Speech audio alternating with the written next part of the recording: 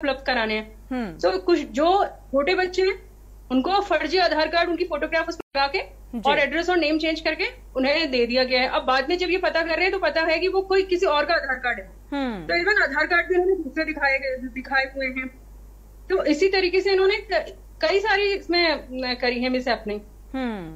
बिल्कुल, ये बड़ी बात है जो तथ्य निकलकर सामने आ रहे हैं, ये भी सवाल उठा रहे हैं, स्टेट के संज्ञान में भी है और इसके बाद अब सीबीआई जांच की मांग की जा रही है। अगर सीबीआई इस मामले की गहनता से जांच करती है तो हो सकता है भ्रष्टाचार की पूरी तस्वीर ही साफ हो जाएगी।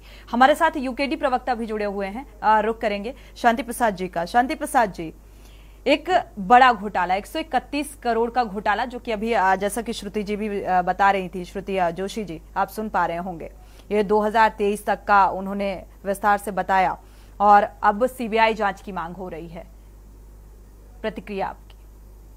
देखिए सोनी जी, ये उस काल की घटना है कौशल विकास की 131 करोड़ की, जिस काल में कोरोना लगा था, मानव जाति संकट में थी और आम जनमानस की ऐसी संवेदनाएं थी कि वो मोह माया से दूर जीवन रक्षा पे लगा था।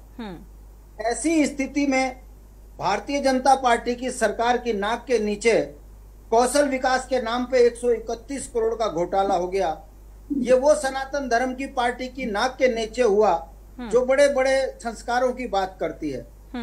जहां एक और मानव जीवन को बचाने के लिए संकल्पित सरकार को रहना चाहिए था, ये सरकार घोटालों पे लगी रही। इनकी संवेदनाएं कितनी सही हैं बताने की जरूरत नहीं है। दूसरी बात, जनहित याचिका उस पर लगी और हाई कोर्ट ने कहा कि इसमें सीबीआई जांच होनी चाहिए और सरकार के मुखिया जो बात बात पर राज्य के विरोध में हाई कोर्ट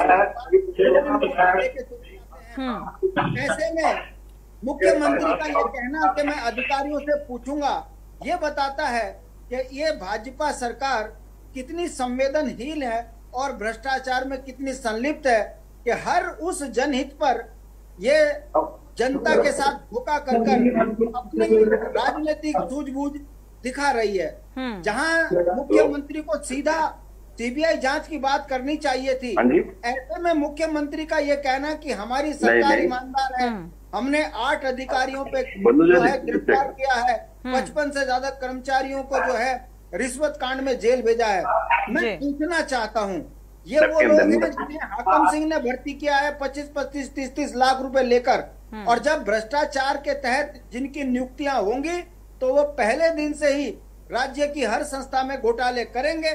परिणाम आपके सामने है, चाहे फिर वो उद्यान घोटाला हो, भर्ती घोटाला हो, हर विभाग के अंदर भारतीय जनता पार्टी की नाक कटा दी है कि हर सरकार में घोटाले हैं। और धामी जी सीबीआई जांच को सीधा ना कहकर अधिकारियों से पूछने की बात कहकर उन्होंने भी साबित कर दिया है कि उनको डर है कि कहीं कौशल विकास के नाम पर 131 करोड़ में भारतीय जनता पार्टी के नेताओं से लेकर सारे इनके अधिकारी जेल न चले जाएं।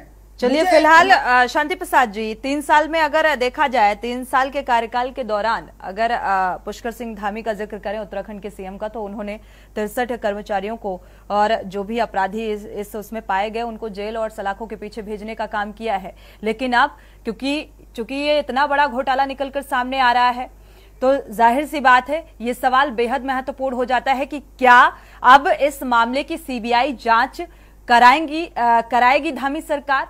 क्या इन दोषियों को जेल के सलाखों के पीछे पहुंचाया जाएगा? तो इस पर कब से शुरू हो